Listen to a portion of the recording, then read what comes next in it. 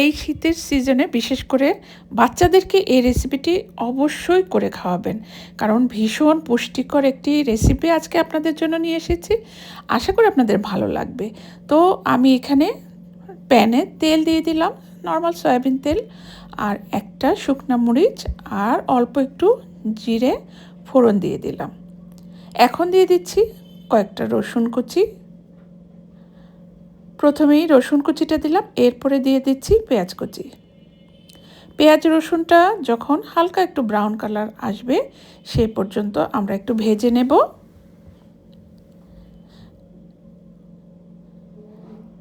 দিয়ে দিচ্ছি খুব সামান্য একটু হলুদ আর খুব সামান্য একটু মরিচের গুঁড়া। ঝালটা অবশ্যই আপনাদের পছন্দ মতো দিবেন, আর বাচ্চারা খেলে মরিচের গুঁড়াটা স্কিপ করতে পারেন।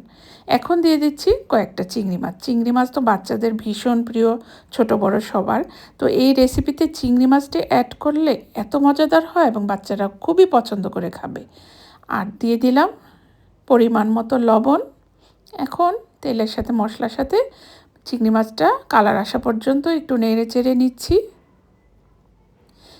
এখন দিয়ে দিচ্ছি খুব সামান্য একটু পানি। পানির সাথে চিংড়িটাকে একটু কষিয়ে নিচ্ছি। প্রথমে তেলে চিংড়ি মাছটা দিলে চিংড়ি মাছ থেকে একটা খুব সুন্দর গন্ধ আসবে, যেটা পুরো রেসিপিতেই গন্ধটা অনেক বেশি থাকবে। এখন আমি দিয়ে দিচ্ছি কেটে রাখা পালং শাক। এই পালং শাকটা এত পুষ্টিকর আর শীতে এত বেশি অ্যাভেলেবল এবং দামেও সস্তা। তো এটা বাচ্চাদেরকে অবশ্যই খাওয়ানোর চেষ্টা করবেন। আমরা শুনি অনেক সময় যে বাচ্চারা ভেজিটেবল খেতে চায় না। ভেজিটেবল খাওয়াটা আসলে খুবই দরকার, আর সেই অভ্যাসটা করার দায়িত্ব কিন্তু আপনার। তো এইভাবে রান্না করবেন যাতে বাচ্চারা খেতে পছন্দ করে। এখন আমি এটাকে ঢেকে রান্না করছি, আর ফ্লেমটা কিন্তু একদম হাই ফ্লেমেই আছে। এইভাবে ঢেকে রান্না করছি। শাক সাধারণত একটু ঢেকে এবং হাই ফ্লেমেই রান্না করা উচিত। এভাবে ঢাকনাটা তুলে একটু পরে নেড়ে দিব, আর এটা কিন্তু একদম পানিটা শুকিয়ে ফেলবো না, কারণ অতিরিক্ত সিদ্ধ করলে শাকসবজির ভিটামিন কিন্তু একদম নষ্ট হয়ে যায়। আমরা কিন্তু চাইলে অনেক শাকসবজি সেদ্ধ করেও খেতে পারি। দিয়ে দিচ্ছি কাঁচামরিচ। কাঁচামরিচটা অবশ্যই দেওয়ার চেষ্টা করবেন, পরিমাণে কম হোক বেশি হোক, কাঁচামরিচটা কিন্তু স্কিপ করা যাবে না। তো এখন আমি এটাকে আর কিছুক্ষণ জাস্ট একটু জাল দিয়ে নিচ্ছি। দিয়ে দিলাম সামান্য একটু ধনিয়া পাতা কুচি।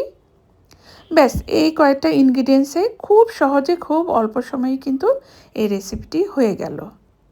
আর বেশিক্ষণ রান্না করব না। যত বেশি তাপ দিবেন তত বেশি কিন্তু পুষ্টিগুণ নষ্ট হয়ে যাবে। আর বাচ্চাদের কথা বা ফ্যামিলির স্বাস্থ্যের কথা চিন্তা করলে আমাদের কিন্তু রান্নাগুলো সেভাবেই করতে হবে। তো আমার রান্নাটা শেষ হয়ে গেল, আমি আগুন বন্ধ করে দিলাম, আর এখন সার্ভ করে দেখাচ্ছি। দেখুন কতটা মজাদার এবং কতটা লোভনীয়। আপনারা চাইলে ঝোলটা আরও শুকিয়ে নিতে পারেন, কিন্তু তাতে ওই যে বললাম, ভিটামিনটা যত বেশি জাল দেবেন তত বেশি কিন্তু ভিটামিনটা নষ্ট হয়ে যাবে। আজকের এই মজাদার ঝটপট এবং পুষ্টিকর রেসিপিটি আপনাদের কাছে কেমন লাগলো অবশ্যই কমেন্ট করে জানাবেন। সবাই ভালো থাকুন। আল্লাহ হাফেজ।